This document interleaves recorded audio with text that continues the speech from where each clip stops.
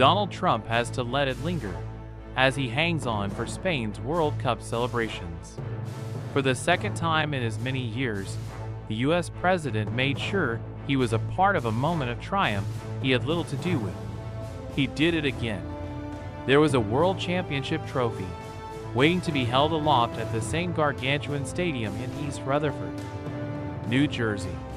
There was Gianni Infantino waiting alongside the U.S. president, and there was that same U.S. president, Donald Trump, fresh off a round of stadium-wide booing and jeering, handing off the trophy with Infantino, and then staying stubbornly in the frame as another team enjoyed the pinnacle of their professional careers with an octogenarian standing awkwardly in the shot. Should we be surprised? Mark Cucurella probably wasn't. The defender was on stage for both occasions. First as a member of Chelsea as they lifted the 2025 Club World Cup, and then again on Sunday when Trump once again remained in the shot as Spain celebrated their World Cup victory. The repeated history brought an incongruous end to a night where Trump was, for most of the time, a long way from the center of attention. That would have been a relief to American sports fans, for whom a Drake-like sentiment has grown surrounding Trump's involvement in their event of choice, meaning, essentially, that it should be dreaded and avoided at all costs. The New York Knicks lost their only game of the NBA Finals this year with Trump in attendance at Madison Square Garden, where he also drew a lusty round of boos. And